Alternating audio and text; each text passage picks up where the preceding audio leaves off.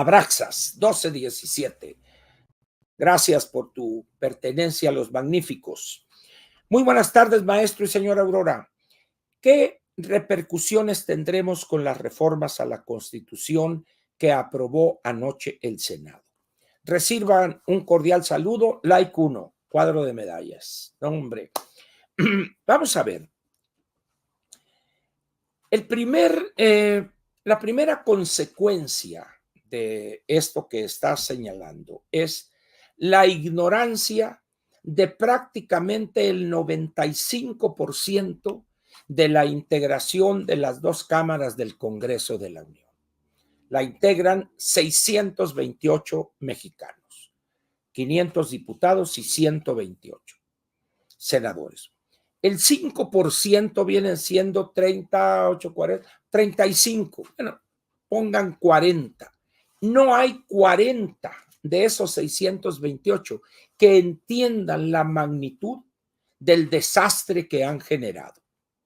Al margen de lo que sucediere mañana, pasado, el mes que entra, el desastre que ya generaron. No hay 40 que le entiendan y sean capaces de explicarlo. Miren ustedes. Ricardo Anaya, que es una persona a la que muchos desprecian por varias razones. La primera es que es rico. Es una persona acomodada, un hombre trabajador, un hombre con una sólida preparación económica, académica. Y tercero, un hombre brillante, de una inteligencia, mis respetos. Y sube a la tribuna en el Senado y les pone unas barridas, pero juega con ellos, les da 3 vueltas acá y los pone ahí, los escupe, los mea y todo. Y aquellos ni le entienden a lo que dice Ricardo. ¿Ante qué estamos, Abraxas? Ante las peores aberraciones jurídico-constitucionales que este país pudo haber conocido en aquellos 71 años que gobernó el PRI, prácticamente sin adversario al frente. Lo que estas personas están planteando, y que está en proceso porque falta la aprobación en la Cámara de Diputados, y algunas impugnaciones que van a continuar, las que ya existen, y llegarán muy posiblemente al Pleno de la Corte. Es acabar con las facultades en materia de revisión constitucional de la Suprema Corte. Es decir, el poder legislativo manejado totalmente por el Ejecutivo eliminan de tajo el principal valladar que tiene esos otros dos poderes en lo que se refiere a violar el texto y el espíritu de la Constitución. Eso no constituye, como algunos dicen en excesos verbales, una dictadura. No es cierto eso. Para que, aun cuando la Lili les dice, saquen su diccionario y todo.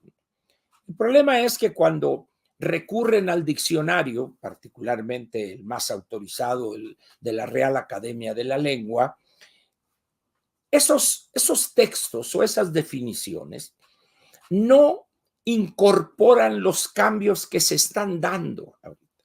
El mundo de la política y de la gobernación en muchos países del mundo está evolucionando de una manera increíblemente rápida y también profunda, por desgracia, para mal.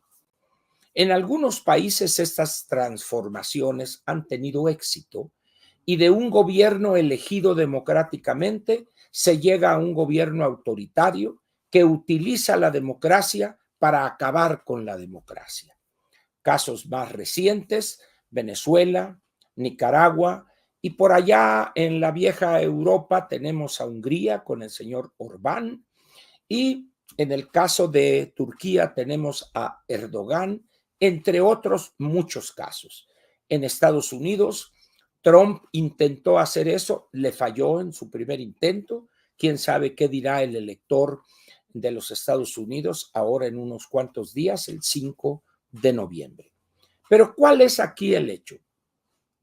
Lo fácil es decir, ya estamos en una dictadura. Pero es una dictadura muy curiosa. el gobierno no tiene una presencia importante en la economía, de tal manera que por más intentos que haga, los agentes económicos privados van a seguir invirtiendo, intercambiando bienes con otros países, moviendo capitales, recibiendo capitales en México, etcétera. ¿Seguirán los partidos políticos funcionando? ¿Seguirán? De tal manera seguirá el Congreso abierto, los tribunales seguirán funcionando con una serie de limitaciones, etcétera, etcétera. Entonces me suena muy contrasentido afirmar ya es esta la dictadura. Yo comenté hace algunos meses, esos excesos verbales lo único que hacen es asustar a los ignorantes, a los que no están informados, los asusta eso, es que estos comunistas y qué es esto.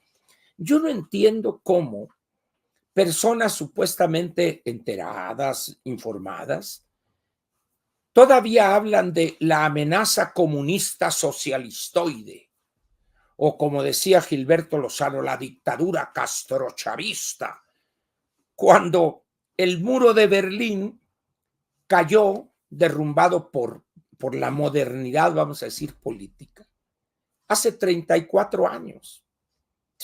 35 ya, del 89, noviembre, una cosa así. Entonces dice uno, ¿qué está viendo estas personas? Donde en la Rusia de Putin, ¿dónde está el comunismo? En la China popular de Xi Jinping, en Vietnam. Es decir, están viviendo en el pasado, porque o no le entienden a lo que está pasando y no quieren asomarse al futuro, o son perezosos intelectuales, o son personas que no les da la chompeta para analizar estos cambios profundos.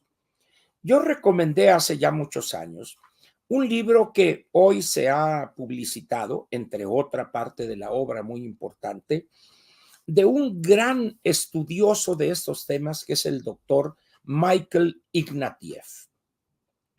Está recibiendo el premio del Príncipe de Asturias, para eso tuvo que ir a España. Él es un académico canadiense, y un profesor, un sociólogo de Harvard, de primera calidad en el mundo, y escribió el 2004 un libro que por primera vez tocó este tema y acuñó él un concepto que se llama el mal menor, the lesser evil en inglés, donde el foco o el centro de su análisis estaba puesto en los grupos fundamentalistas islámicos, donde hay una frase que así es la frase, dice, utilizan las ventajas de la democracia para acabar con la democracia.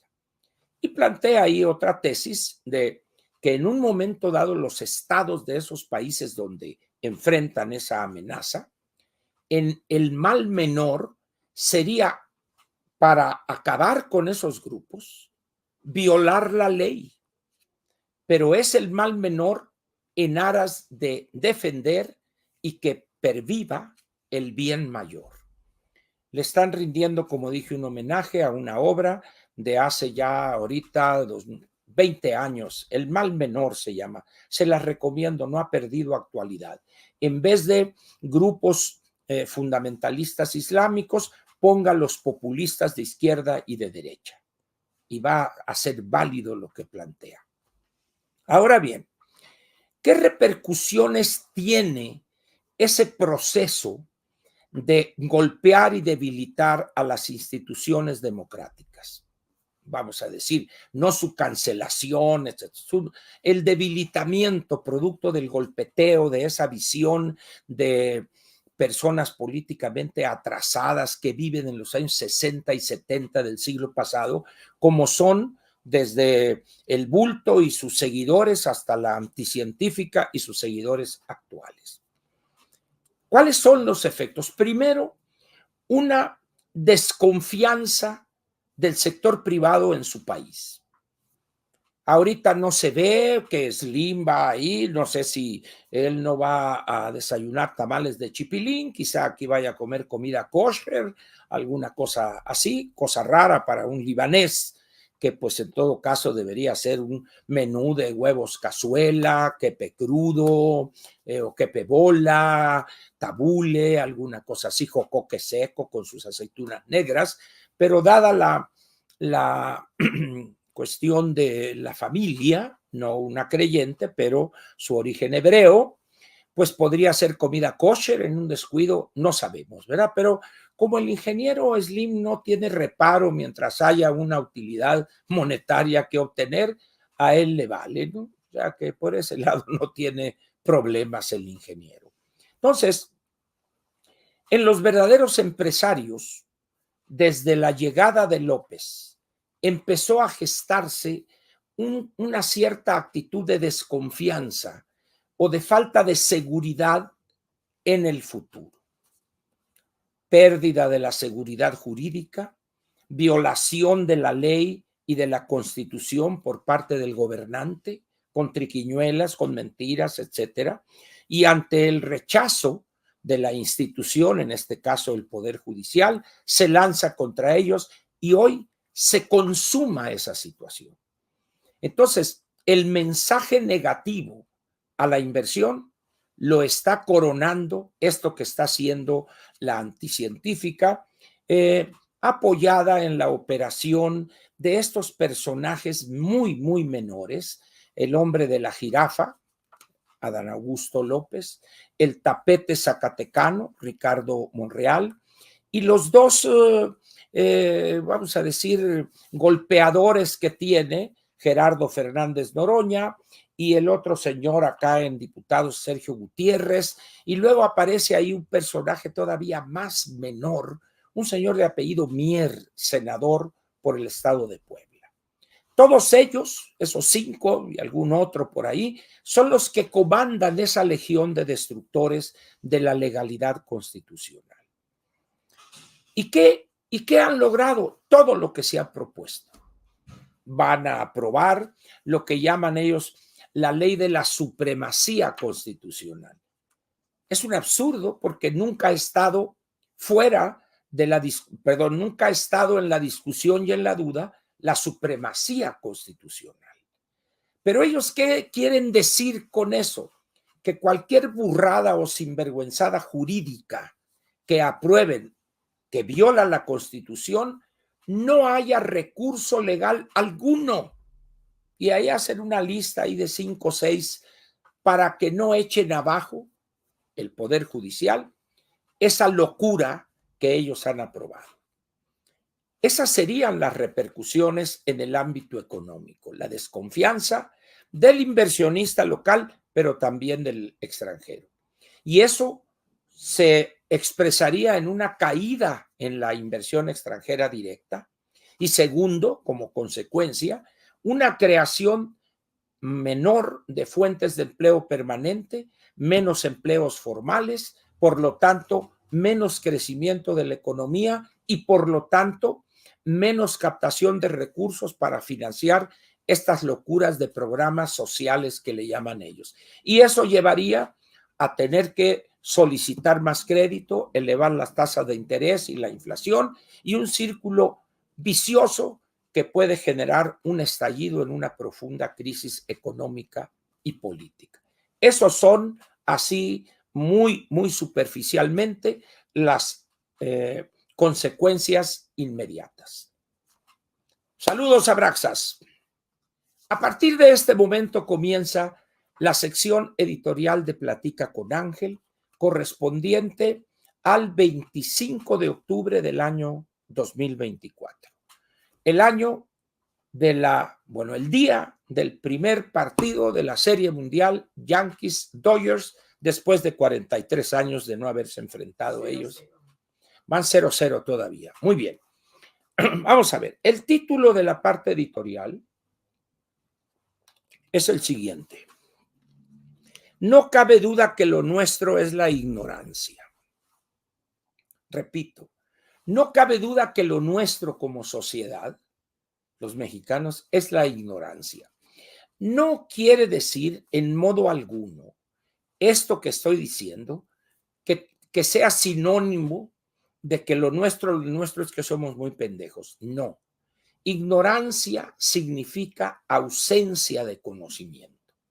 Uno puede ser un genio en una materia, pero puede ser un ignorante completo en otras. Yo, por ejemplo, reconozco que el conocimiento que he adquirido en la vida es en un número reducido de campos del conocimiento. Algo de economía, desarrollo regional, el campo, etcétera, etcétera. Pero hay muchísimos campos del conocimiento que yo ignoro. Y esto les cuento una anécdota. Allá en Ciudad Obregón hay un grupo de amigos que nos reunimos ahorita mermado porque Cronos ha hecho de las suyas.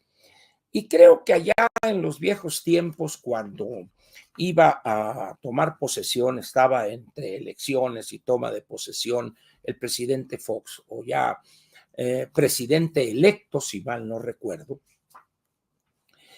cometió él la indiscreción de hablar de las intenciones de universalizar el IVA para coraje entripado del doctor Francisco Gil Díaz, porque descubrió uno de los elementos importantes, etcétera, etcétera. Entonces, en estas reuniones que teníamos ahí, uno de los contertulios empezó a hablar de política fiscal y diciendo una cantidad de barbaridades, para no decir otra cosa.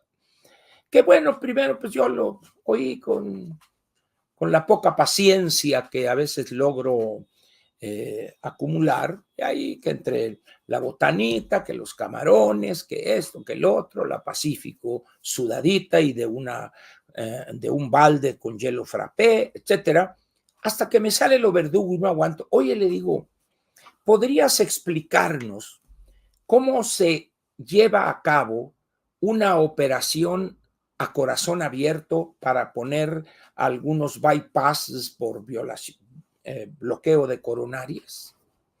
En ese entonces, que estamos hablando del año 2000,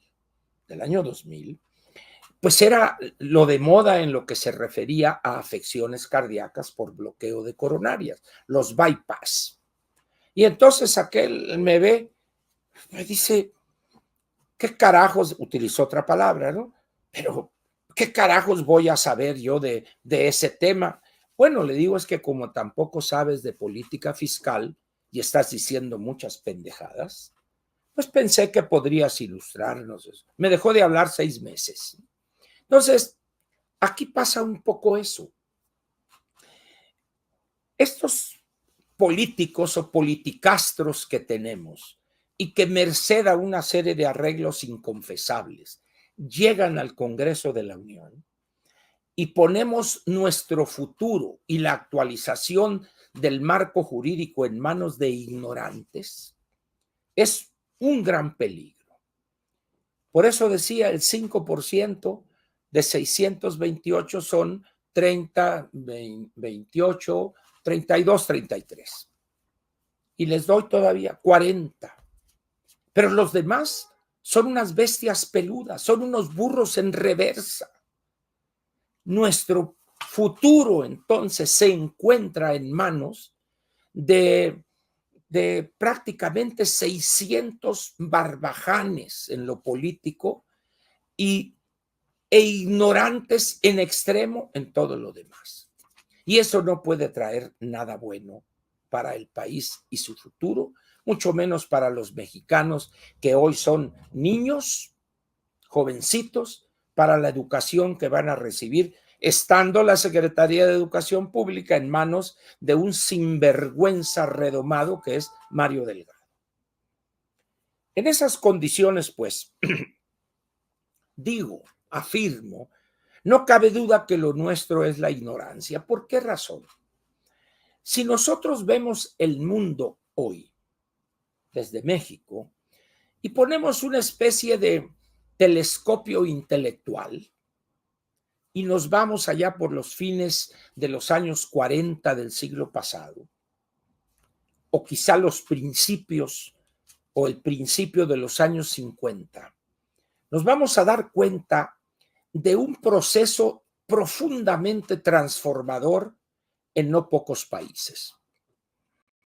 Primero en Europa, donde llega el Plan Marshall, y de entre las ruinas, los Estados Unidos apoyan a los países europeos que estaban de esta línea imaginaria, vamos a ponerlo así, donde en una parte de la Alemania dividida hacia la izquierda, hacia el occidente, eran democracias, y de ahí a la derecha, merced a la presencia de los tanques del Ejército Rojo, se impuso el socialismo, que en aquel entonces dictaba las reglas del licenciado Stalin.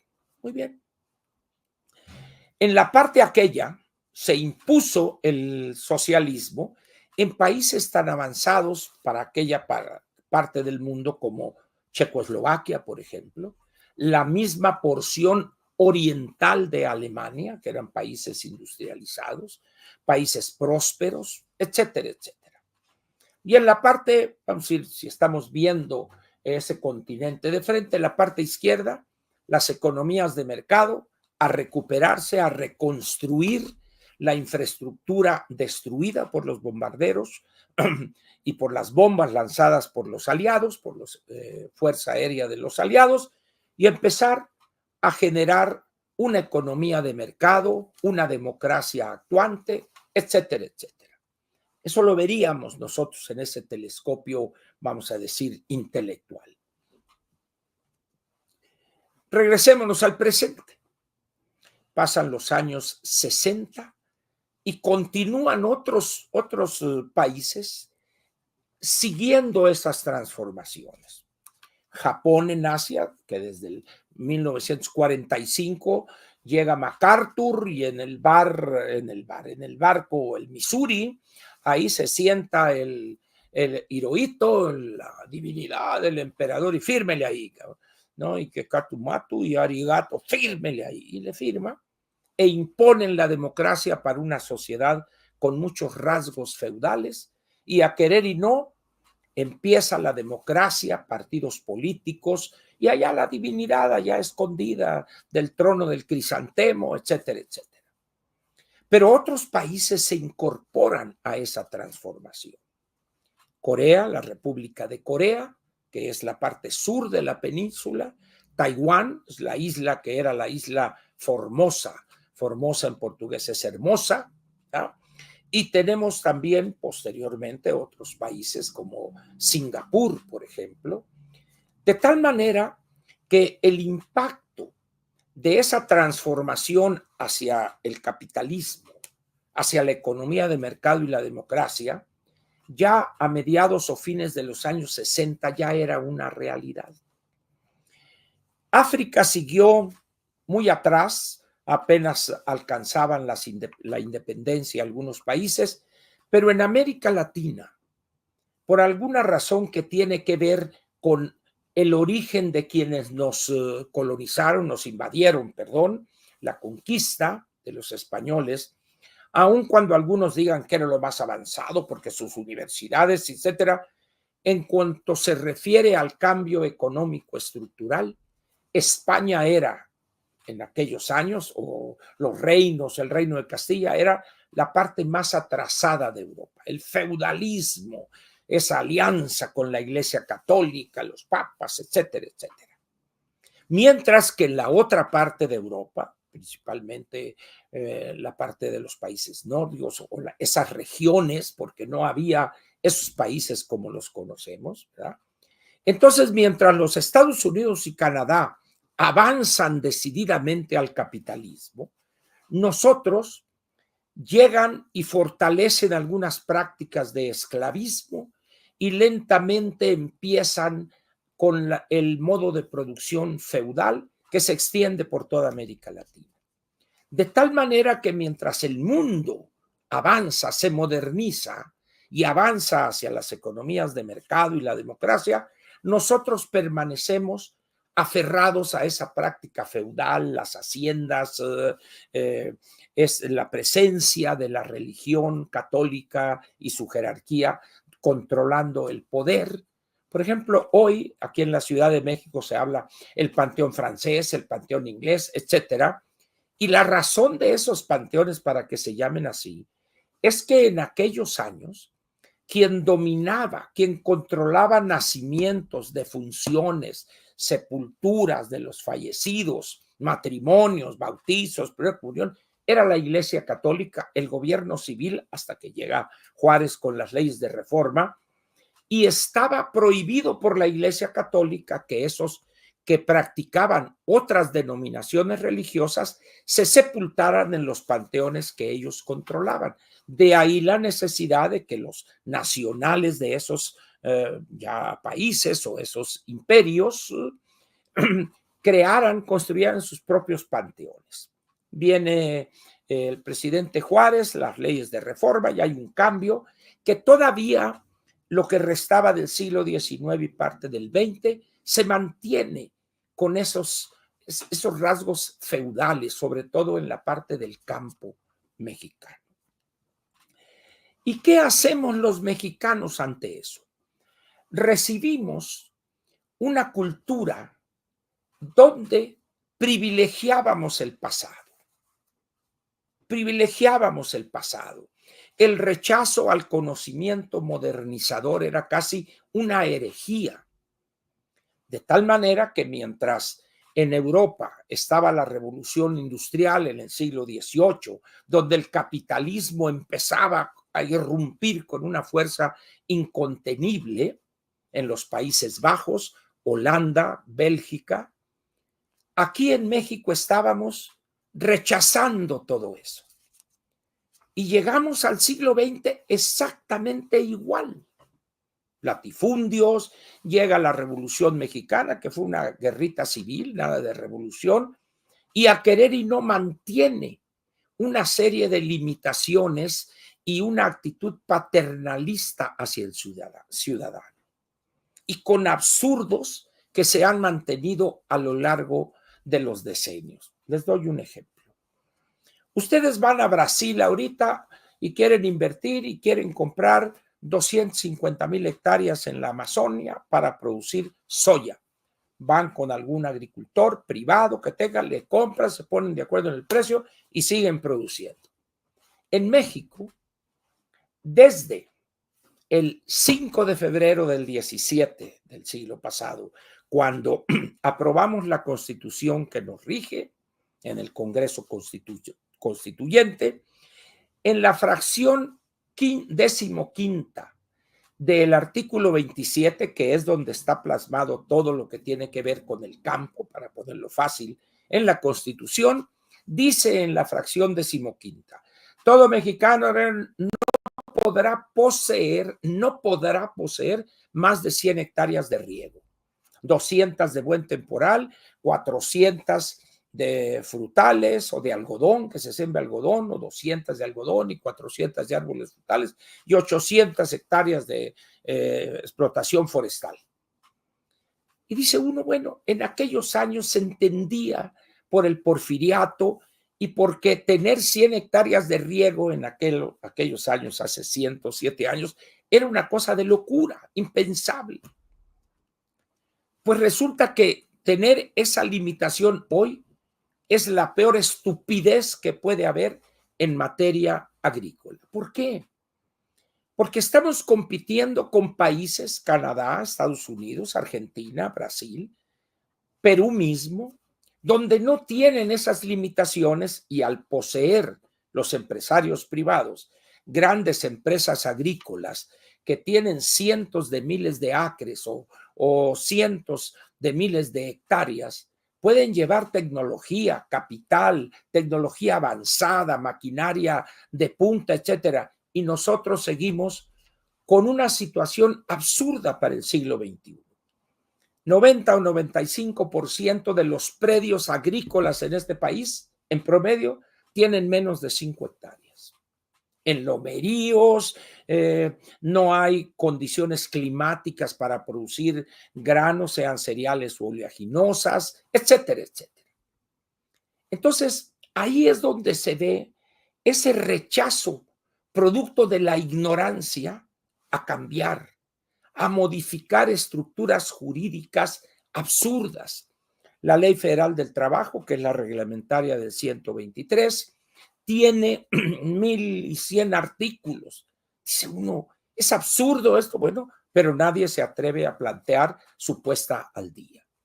En materia educativa, el artículo 3 de la Constitución es para un país rural, un país atrasadísimo, donde el gran problema era el analfabetismo.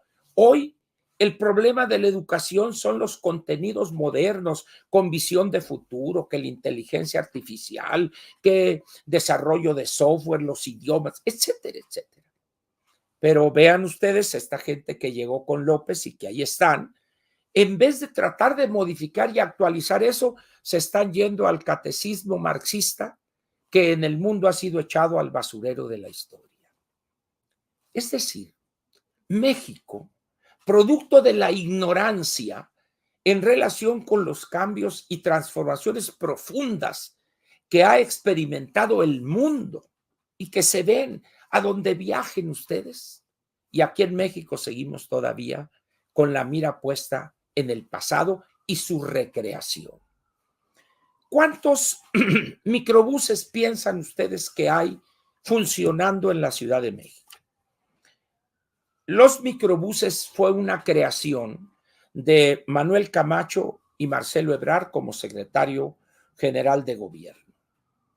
Y metieron los microbuses a partir del año 88, que llegaron ellos con Salinas. Pues ahorita, 36 años después, esas latas de sardina están todavía funcionando. Dice, ¿cómo es posible eso? Bueno, solo en la Ciudad de México, que la metrópoli, que la mentira que te eché, están los microbuses.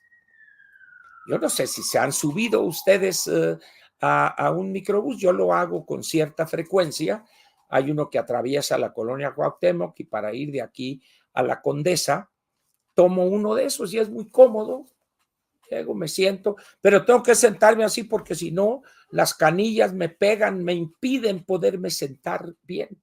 Es aquello, un absurdo parece. Bueno, ni la Federal de Seguridad,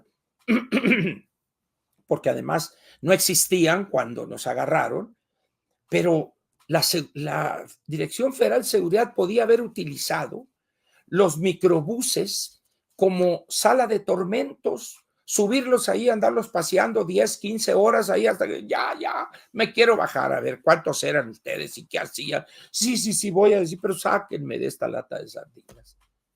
Ese es México, señores. ¿Y qué vamos a hacer? Y esto y lo otro. Y el joven este que lo pusieron ahí en algo en la Secretaría de no sé qué movilidad o no sé qué más, son una persona que se aparece en actos oficiales como si fuera a ir a un antro un viernes, ¿no? Acá y con sus rulitos y la camisa abierta, el vato acá, ¿no? Pues ahora va a ser el que va a manejar los ferrocarriles. Háganme el refabrón, cabor. Estamos, pues, ante las decisiones y la visión de un país cuyo fuerte es no solo la ignorancia, sino vivir a gusto en la ignorancia, de gozar, de nadar de muertito agradable en ese océano de la ignorancia. Pero llega alguien que dice, oye, esto está mal, ya vas a empezar con tus cosas, o me ponte a nadar aquí de muertito, mira. Ese es el México de hoy, que trató de implantar el bulto y que ha abrazado como si fuera casi una cruzada religiosa la anticientífica y los suyos. Y ha tenido la gran virtud de lograr en 3 semanas el peor desastre que tengamos noticia en materia jurídico-constitucional.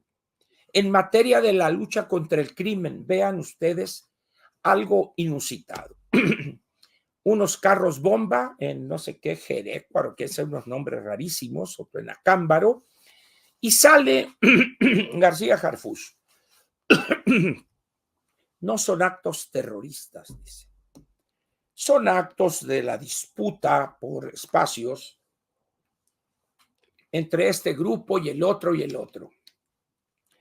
Yo no sé dónde estudió el tema del terrorismo el licenciado García Harfuch, o existe ese prurito por no aceptar que estos grupos ya escalaron a un peldaño superior en lo que se refiere a la pugna que tienen por espacios, por territorios, por rutas de trasiego de drogas.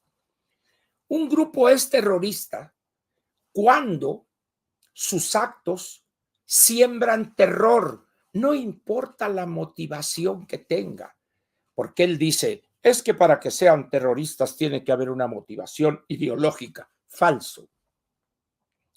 Estamos acostumbrados a los actos terroristas de los fundamentalistas islámicos, por ejemplo, pero eso no quiere decir que los actos que llevan a cabo estos criminales no siembren el terror en la población.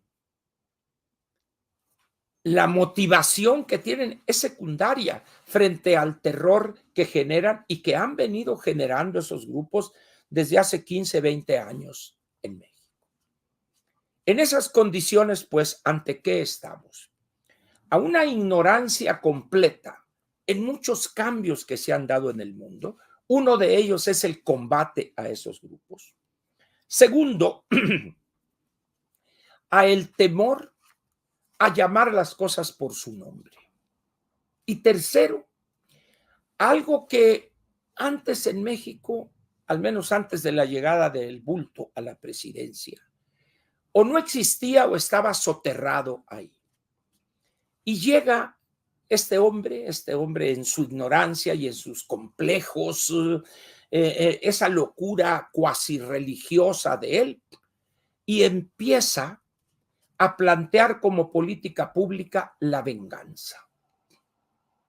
Craso error para cualquier país.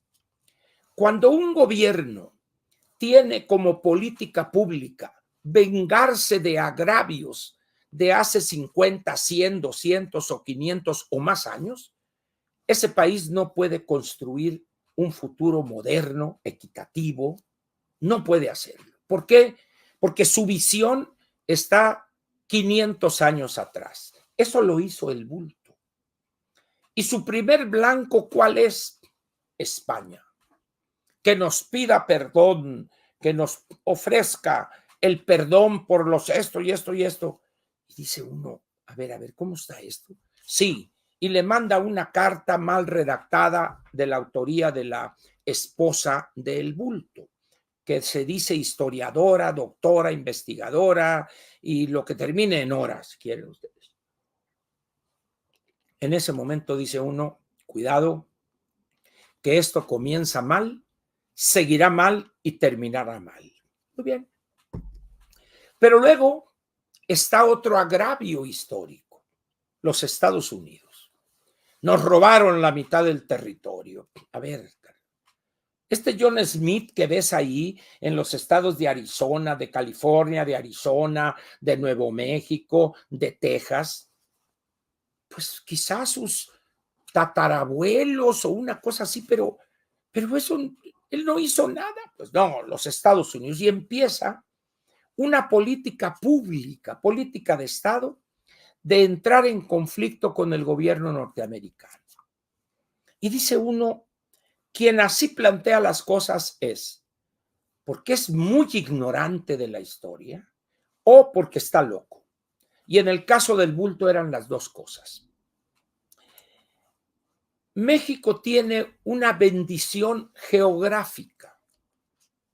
3,240 kilómetros de frontera con el país más innovador del mundo, que tiene el capitalismo más avanzado del mundo, que teniendo de casi 8,000 millones de habitantes el planeta, escasamente tiene el 4% de su población del planeta y produce la quinta parte, el 20% del PIB planetario lo produce la economía norteamericana. Y nosotros, en vez de aprovechar ese regalo del Todopoderoso, nos peleamos con él. Ahí entonces a la ignorancia de la historia, de las transformaciones, aunamos la venganza. ¿Y venganza de qué? Pues quién sabe, pero la venganza. Y empieza un sexenio de provocar al presidente Biden, de burlarse de él, etcétera, etcétera. Y dice uno, lo único que explica aquí esto, además de la ignorancia, es la venganza. La venganza y la ignorancia. Muy bien. México podría, después de 30 años de vigencia y de operación del Telecán y luego actualizado en el Temec, podíamos tener un nivel de vida, de modernidad, de una infraestructura de primera, si hubiésemos entendido la necesidad de apoyarnos en los Estados Unidos para mejorar. Miren ustedes, no sé cuántos de ustedes conocen Europa y conocieron España antes de la gran transformación como consecuencia de su entrada a la Unión Europea. España era un país eminentemente rural, atrasado, con una dictadura de Franco del 39 al 75, un país sumido en la ignorancia, en esa cosa feudalada de la presencia opresora de la Iglesia Católica y su visión, etcétera, etcétera. Al entrar a la Unión Europea, hay un programa que se llama de los fondos estructurales, que la Unión Europea los entrega a los países recién incorporados para que su infraestructura, la calidad de esto, se equipare al resto de la Unión Europea. Y España aprovechó con Felipe González, un integrante, un militante distinguido del PSOE, aprovecha eso y vayan ustedes a España ahorita, o vayan a Polonia. Es decir, ¿por qué? Porque nadie quiere vivir en un país atrasado, quieren vivir en un mejor país. Solamente a la anticientífica, a López Obrador y su esposa, etcétera, quieren vivir en eso. Señores, pero eso sí, cuando van allá se dan la gran vida y todo, pero no ven que hay modernidad, que hay progreso, que hay esto, que hay fallas todavía, de acuerdo.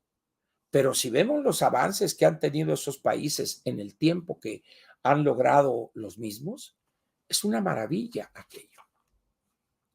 En esas condiciones, pues, lo nuestro es la ignorancia y la venganza. Eso es muy cómodo. ¿Por qué? Porque estamos luchando contra el pasado y el antepasado.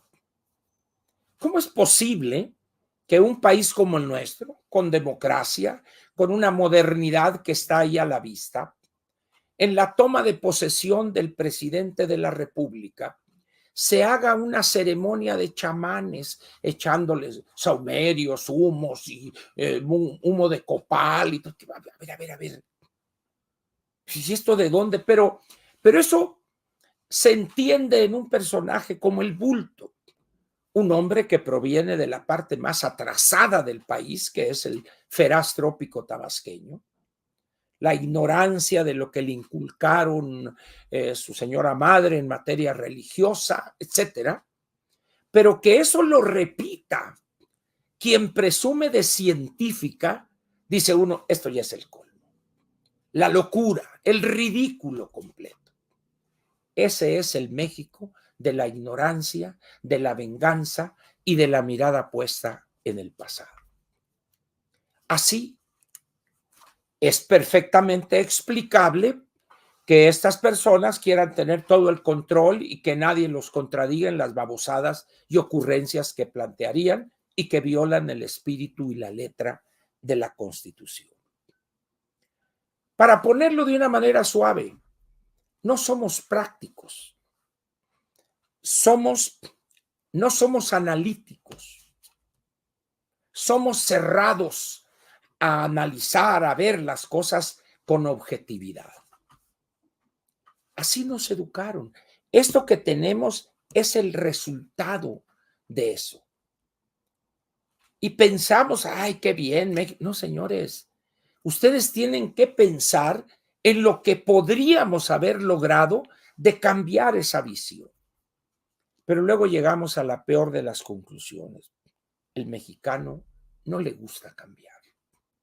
El mexicano le gusta, no le muevas, Ángel, está bien, sí, esto está mal, pero ahí la llevamos, ¿cómo vas? ¿Cómo vas? Por eso, este gobierno nos va a llevar todavía más atrás que López Obrador, que el bulto. Por eso desechen toda ilusión.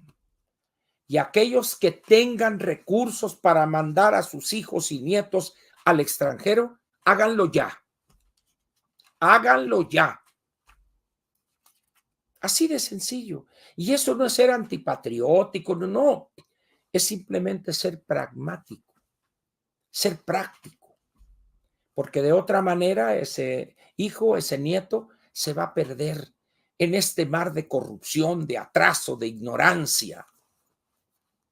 Vean lo que ha pasado en 3 semanas con 3 días. Véanlo. Es decir, imaginar eso era un imposible, una locura. Pues eso ha hecho la anticientífica en 3 semanas. Y miren, esta mujer es tan ignorante. Y les pongo un ejemplo que hoy aparece en la prensa. Estoy tomando aquí el Financiero como fuente. Cuando uno estudia ciencias, sea matemáticas, física, biología, ciencias duras, una de las primeras cosas que aprende uno en los primeros cursos de lógica matemática es una expresión que es muy sencilla y fácil de entender. La doble negación equivale a una afirmación. Voy a dar un ejemplo. Es común que en México digamos, no quiero nada. Ah, bueno, entonces dime qué quieres. Ya te dije, no quiero nada. Por eso. Porque cuando dice uno no nada, automáticamente quiere decir que quiero algo. La doble negación equivale a una afirmación. Entonces dirán ustedes, ¿cuál es entonces lo correcto? Nada quiero. Pero en México nadie habla así. ¿Y de dónde nos viene eso? Aquellos que sepan inglés. Hay una expresión en inglés que dice, I don't want anything. No, I want anything, cualquier cosa que me quieras dar. Estamos aquí ante una forma de hablar que nadie repara en la contradicción de esas expresiones. No quiero una, no me traigas nada, no, así estoy bien. Bueno, entonces dime qué quieres. Que no me traigas nada, por eso. Bueno, esa cuestión elemental en la forma de analizar cosas o de expresar cosas, resulta que nuestra científica, que cada día que abre la boca, cada día y cada vez que abre la boca, dice tontería y media que evidencian su falta de rigor científico para hablar. Vamos a ver. Dijo ella, ahí les va. Vamos a ver. Aquí está. La elección judicial va, y nomás yo le agregaría porque lo dijo porque va. Eso lo dijo el filósofo Noroña. Muy bien. Y luego dice, no hay nada que pueda detenerla. Eso quiere decir que va. Porque si me dice que no hay nada que pueda detenerla, pues quiere decir que es imparable. No hay nada, entonces hay algo que sí puede detenerla. Lo correcto sería, nada hay que podría detenerla. Pero no la doble negación. Esa es la científica. Seguramente reprobó en lógica cuando vio los cursos de esos. Es decir, esta mujer es una tonta. Esta mujer no tiene el menor conocimiento de lo que debe ser el método científico. Esta señora no entiende que el método científico debe probar afirmaciones, no negaciones. Por eso, en 3 semanas y 3 días, ha sido capaz de generar algo inimaginable en la vida jurídico-constitucional de este país. En esas condiciones, pues, ¿qué podemos esperar de este gobierno? Lo peor. Lo único. Lo peor. No podemos esperar algo. Los peores funcionarios son los que puso o los que le heredó el bulto. No sé si han visto el cambio de imagen que ha tenido esta señora que de niñera de los hijos de López pasa a secretaria de Gobernación. Antes, pues se vestía ahí la señora en sus limitaciones, vamos a decir, de fashion, de una persona de clase media, media baja quizá, ¿verdad? Pero véanla ahora. No, hay una foto hoy que subieron ahí en el tweet donde yo puse ahí cuánta elegancia la de Francia, pero ya la mujer, hay una foto que hace muchos años apareció de la esposa del presidente Kennedy, de la señora Jacqueline Kennedy, que parece que la está copiando la señora esta Rosa Isela. Y luego un chaquetín acá de marca, dice uno, pero qué cambio. Esa va a ser el segundo piso de la 4T. Y así muchos que andaban de Levi's y cosas, bueno, vean ustedes, casi es ya una regla que Noroña anda, como dicen en Sonora, de pipi guante. Qué rápido les entra el aire, pero como dice algún político que le sabe a la política, amigo mío, dice, Ángel, cuidado, porque al que le entra el aire, le entra cualquier cosa. Así están estos. Loquitos, están loquitos y van al sastre y órale acá y las corbatas y qué camisa y qué esto. Ahí andan loquitos. Pero la realidad, esa señora como Hermelinda Linda, terca, los va a alcanzar más pronto de lo que ellos imaginan. Van a ver ustedes. De tal manera, pues, que repito el mensaje. Señores, nada esperen positivo de este gobierno. Nada. El desastre que va a generar, si es que termina los 6 años, porque pende sobre ella, la rebelión de los que les dejó López Obrador, el bulto. Esto que está pasando en el Congreso de la Unión no ha tenido la menor injerencia. Entre el tapete zacatecano y el hombre de la jirafa, apoyado por 3 o 4 lambiscones y lacayos, han construido el peor desastre jurídico constitucional y la señora inerme dijo algo y no le hicieron caso. Y ha dicho una serie de tonterías de que ahora esto, los derechos, y se lanza en contra del hijo de Claudio X González, el hijo de él, que tiene el mismo nombre, Claudio, y le llama Junior tóxico. Y dice uno, a ver señora, cuando usted habla de alguien que es Junior tóxico, mejor no diga eso, porque los 3 hijos, no, el 4 lo vamos a dejar al cuarto, porque todavía está joven, pero esos 3, esos sí son juniors tóxicos y rateros y corruptos. Y la banda que tiene cada uno a su alrededor son peores que ellos. Y alguno de ellos, de esos 3, pues tiene amigos en unas relaciones inconfesables. El que entendió, entendió. En esas condiciones, pues, ¿ustedes piensan que la educación va a avanzar con un otentote, con un cavernario de la política como Mario Delgado? ¿Ustedes piensan que van a construir cientos de universidades y todo? Por favor. Bueno, directora de no sé qué área de las escuelas estas de medicina que dijo, no, pues es que no hay dinero para pagarles y tuvo que interrumpirla la anticientífica. Sí, ya ayer dije que sí. Y la otra dice, ay, gracias, qué bien, qué felicidad que ya les vamos a pagar. Esa es la realidad de todos esos proyectos que son ocurrencias.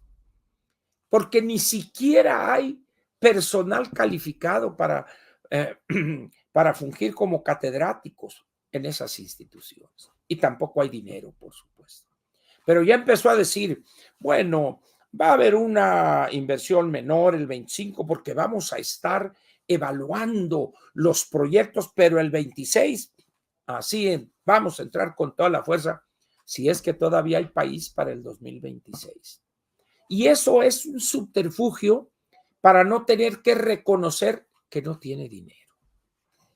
Ni para el tren de aquí de Laifa a Pachuca, ni los trenes estos de aquí a Querétaro, allá a Laredo, a Nogales, etcétera, ni para acabar la refinería y el tren. No tienen dinero.